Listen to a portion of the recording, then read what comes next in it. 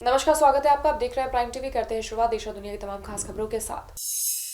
छत्तीसगढ़ कांग्रेस के प्रदेश प्रभारी पीएल पुनिया ने प्रधानमंत्री नरेंद्र मोदी की तुलना महात्मा गांधी के हत्यारे नाथूराम गोडसे से की है। पुनिया ने कहा कि मोदी और गोडसे में एक समानता है। जिस तरह गोडसे ने गोली मारने से पहले गांधी के पैर छुए, उसी तरह मोदी ने सदन और संविधान पर माथा टेका। आज इन दोनों ही व्यवस्थाओं को समाप्त किया जा रहा है। ये तो प्रधानमंत्री जी ने मत्था टेका था जब दूसरी बार 2019 में आए थे, तो संविधान के ऊपर मत्था टेका था। और 2014 में जब पार्लियामेंट में पहली बार आए थे तो उन्होंने पार्लियामेंट के जो सीढ़ी है उसके ऊपर मत्था टेका था। तो ये तो इनकी आदत है। 2014 में पार्लियामेंट का सर नमा के वो अंदर गए थे, माथा टेक के अंदर गए थे, और उसके बाद पार्लियामेंट को जिस तरीके से ट्रीट किया जा रहा है, जितना पार्लियामेंट्री प्रोसेस है उसको बाईपास करके कानून पास कराए जा रहे, आज तक कभी भी हिंदुस्तान में नहीं हुआ। और मत्था टेक टेक के तो नाथूराम गोडसे ने भी सबसे पहले गांधी जी के पहले पैर छुए थे और उसके बाद गोली मारी थी। तो इनकी पुरानी परंपरा है। पाकिस्तान के प्रधानमंत्री इमरान खान उनके देश में आने वाले विदेशी मेहमानों को खुश करने के लिए क्या क्या करते हैं, इसका नमूना रावलपिंडी के नूर खान एयरबेस पर देखने को मिला। दरअसल तुर्की के राष्ट्रपति रिसेप तैयप एर्दोगान इस्लामाबाद दौरे पर थे। इमरान खान खुद एर्दोगान को लेने एयरबेस पहुंच गए। गार्ड ऑफ ऑनर देने के बाद जब एर्दोगान राष्ट्रपति आरिफ अलवी के घर के लिए रवाना हो रहे थे, तभी इमरान खान कार की ड्राइविंग सीट पर बैठ गए और एर्दोगान को लेकर निकल गए। सोशल मीडिया में वायरल हो रहे वीडियो में देखा जा सकता है कि इमरान खान काले रंग का सूट पहने हुए हैं और कार ड्राइव कर रहे हैं। इमरान खान के बगल की सीट में एर्दोगान नजर आ रहे हैं। The energy and resources institute यानी कि टेरी के संस्थापक डॉक्टर आर.के. पचौरी का लंबी बीमारी के बाद निधन हो गया। 97 साल के पचौरी हृदय संबंधी बीमारी से जूझ रहे थे। उन्हें बुधवार को लाइफ सपोर्ट पर रखा गया था। वो दिल्ली के स्कॉट्स हार्ट इंस्टीट्यूट में भर्ती थे। पिछले साल मैक्सिको में स्ट्रोक आने के बाद पचौरी की ओपन हार्ट सर्जरी की गई थी। पचौरी 15 साल IPCC के चेयरमैन रहे।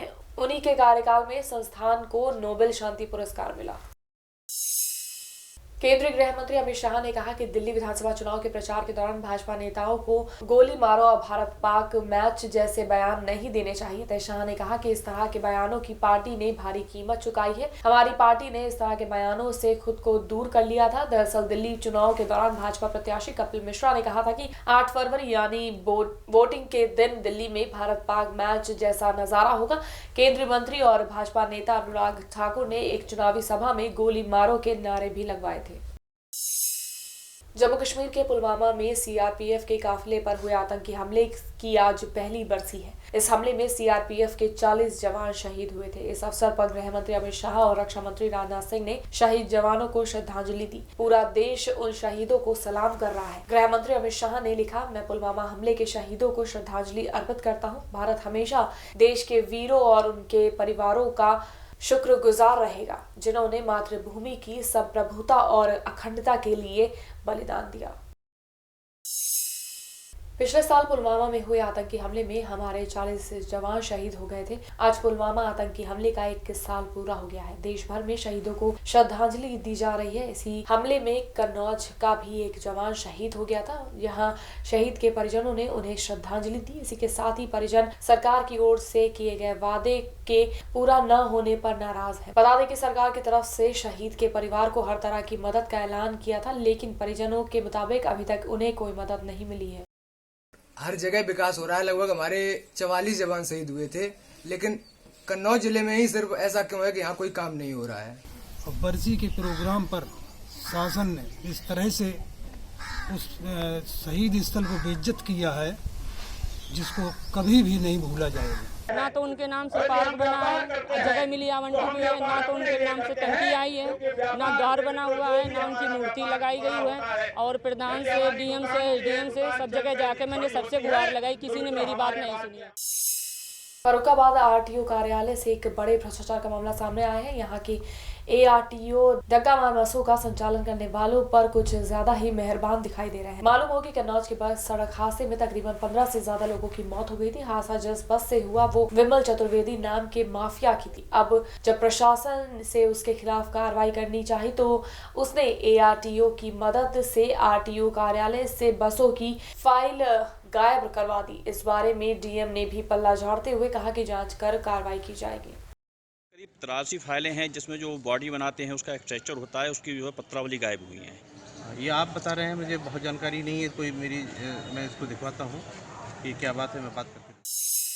अयोध्या बाबरी मस्जिद के पक्षकार इकबाल अंसारी ने राज्य सरकार के सामने अपनी मांग रखी है। उन्होंने मस्जिद के लिए रौनाही की धन्नीपुर में मिली जमीन की जगह धर्मकाटा रामनगर में जमीन मांगी है। अंसारी ने ये भी कहा है कि उन्हें मस्जिद के साथ साथ स्कूल और महिलाओं के लिए अस्पताल भी चाहिए। उनके इस बयान के बाद संतों ने भी अपनी प्रतिक्रिया दी है। आचार्य सत्येंद्र दास का कहना है कि मस्जिद के लिए जहाँ जमीन मिली वो अयोध्या के अंदर ही है। इसी के साथ उन्होंने इकबाल अंसारी पर तंज कसते हुए कहा कि उन्हें भूगोल का ज्ञान होना चाहिए। सुप्रीम कोर्ट ने ही कहा है कि अयोध्या में जमीन दी जाएगी, तो अयोध्या में हमें जमीन दी जाए।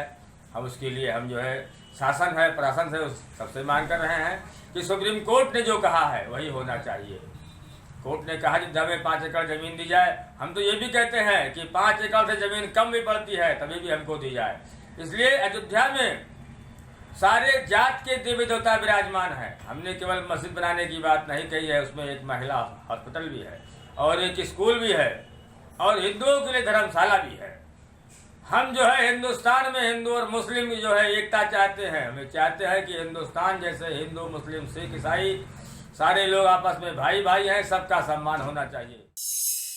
बिजनौर के धामपुर तहसील में कर्मचारियों द्वारा सरकारी क्वार्टरों में बिजली चोरी करने का मामला सामने आया है। बिजली चोरी की सूचना मिलने पर विभाग के कर्मचारी चेकिंग के लिए कुछ सरकारी क्वार्टरों पर पहुंचे। जहां उन्होंने करीब 6 घरों से विद्युत कर्मचारियों ने क्वार्टरों के बाहर लगे मीटर भी उतार लिए और अपने साथ ले गए, जिसके बाद इसके विरोध में तहसील कर्मचारियों ने विद्युत कर्मचारियों को बंधक बनाकर तहसील गेट पर ताले जड़ दिए और वहीं कर्मचारियों के बंधक बनने की सूचना मिलने पर पुलिस और प्रशासन के आला अधिकारी मौके पर पहुंचे। महोबा के प्रधानमंत्री मुद्रा ऋण योजना के नाम पर 20 ग्रामीणों से 2 लाख रुपए की ठगी करने का मामला सामने आया है। ग्रामीणों का कहना है कि लोन दिलाने के नाम पर उनसे 20,000 रुपए लिए गए और उन्हें कोई कागज भी नहीं दिया गया। जब 1 महीने से ज्यादा का समय बीत गया तब पता चला कि फर्जीवाड़ा करने वाला युवक पैसे लेकर फरार हो गया। ग्रामीणों की शिकायत के आधार पर पुलिस ने आरोपी के खिलाफ गंभीर धाराओं में केस दर्ज कर मामले से जुड़े आरोपियों की तलाश शुरू कर दी है। गांव के करीब 20 लोगों के पास से 10-10 हज़ार 15-15 हज़ार रुपये लिए गए थे मुद्रा लोन के नाम पर और इन्होंने बताया गया था कि इनको 1 लाख रुपया उसमें वापस मिलेगा और बाद में इस व्यक्ति ने अपना फोन बंद कर दिया था। पुलिस को इन ग्रामीणों के द्वारा सूचना दी गई थी जिसमें पुलिस के द्वारा मुकदमा दर्ज कर लिया गया था चीटिंग का और उसका जो मेन अभियुक्त है जो अरविंद खरे नाम का बताया जा रहा है उससे भी पूछताछ हो रही है जो और बाकी अन्य लोगों से भी जो इससे जुड़े हुए हैं सभी से पूछताछ पुलिस के द्वारा की जा रही है। 12 फरवरी को देश में आम जनता को बड़ा झटका लगा। रसोई गैस सिलेंडर के दाम में भारी इजाफा किया गया। सूत्रों के मुताबिक बिना सब्सिडी वाला एलपीजी सिलेंडर 144.5 रुपए महंगा हो गया है। वहीं वाराणसी में रसोई गैस की मूल्य वृद्धि को लेकर महिलाओं ने प्रदर्शन किया। प्रदर्शन के दौरान लोगों ने गैस सिलेंडर रखकर विरोध करते हुए सरकार के खिलाफ जमकर नारेबाजी की। हम लोग घरेलू गैस में जिस प्रकार से 144 रुपए की वृद्धि की गई है उसके खिलाफ हाथों में गैस लेकर गृहिणियाँ को लेकर यहाँ पर प्रदर्शन किए हैं। ज्ञात हो कि परसों जो है दिल्ली का चुनाव खत्म हुआ उसके तत्काल बाद रात को 11 बजे प्रत्येक सिलेंडर में 144 रुपये की वृद्धि कर दी गई है। जो सरकार के आग्रह पर जिन लोगों ने अपना सब्सिडी छोड़ा था वो अब अपने आप को ठगा महसूस कर रहे हैं। तो हमारा सरकार से मांग है वो तत्काल इस वृद्धि को वापस ले। हमीरपुर की मुस्कुरात कोतवाली में कोचिंग पढ़ने जा रही छात्राओं से बाइक सवार 2 मंझले छेड़छाड़ करते थे, जिसका विरोध करने पर मंझलों ने छात्राओं के साथ मारपीट की। इस घटना की सूचना जैसे ही एंटी रोमियो टीम को मिली तो उन्होंने मौके पर पहुंचकर दोनों मंझले को गिरफ्तार कर लिया। फिलहाल पुलिस ने दोनों ही अभियुक्तों के खिलाफ मुकदमा दर्ज कर उनके खिलाफ कानूनी कार्रवाई शुरू कर दी है। थाना मुस्कुरा क्षेत्र में आज सुबह सूचना मिली थी कि कुछ लड़कियां जब स्कूल जा रही थी तो वहीं पे पास के कुछ लड़कों द्वारा कुछ अभद्र टिप्पणी की गई। इसमें मौके पर तत्काल एंटी रोमियो टीम पहुंची और वहां से उन लड़कों को गिरफ्तार कर लिया गया। मुकदमा पंजीकृत कर इसमें कठोर कार्रवाई की जा रही है। लखनऊ में नगर निगम के बाहर वैलेंटाइन डे के मौके पर स्कूली छात्रों ने जन जागरण अभियान की शुरुआत की। इस अभियान में सैकड़ों की संख्या में स्कूली छात्र हाथों में तख्ती लेकर लोगों को जागरूक किया, साथ ही उनसे वैलेंटाइन डे को फैमिली के साथ मनाने की अपील भी की। क्योंकि हम लोग यहाँ पे इसलिए आए क्योंकि हम लोग बताना चाह रहे हैं कि वैलेंटाइन डे सिर्फ मैरिज और इन सब के लिए नहीं मनाया जाता। हम लोग marriage day family and friends के लिए मनाएंगे। वाराणसी के आदमपुर थाने में एक व्यापारी ने धंधे में आई बदहाली से परेशान होकर अपनी पत्नी और 2 बच्चों के साथ आत्महत्या कर ली। सुसाइड करने से पहले कारोबारी ने पुलिस को इसकी सूचना दी, लेकिन जब तक पुलिस वहां पहुंची तब तक चारों लोग अपनी जान दे चुके थे। फिलहाल पुलिस ने चारों के शवों को पोस्टमार्टम के लिए भेजकर मामले की जाँच शुरू कर दी है। मैनपुरी की किशनी थाना क्षेत्र में पुलिस ने पिछले दिनों हुई एक युवक की हत्या का खुलासा कर लिया है। दरअसल पुलिस ने इस हत्या में शामिल 2 सगे भाइयों में से एक को गिरफ्तार कर लिया है, जिनके पास से पुलिस ने 65,000 रुपए समेत एक तमंचा और 2 मोबाइल बरामद किए हैं। फिलहाल पुलिस ने पकड़े गए आरोपियों के खिलाफ मुकदमा दर्ज कर उसे जेल भेज दिया है और दूसरे आरोपी की तलाश शुरू कर दी है। खास बात यह रहा कि 4 जो नामजद थे उनकी नामजदगियां गलत पाई गई हैं। उनके साथ न्याय होगा, उन्हें फर्जी किसी 302 के मामले में नहीं फंसाया जाएगा। एकदम सही खुलासा हुआ है, इसलिए टीम को 20,000 रुपये का नकद इनाम मेरे द्वारा दिया जा रहा है।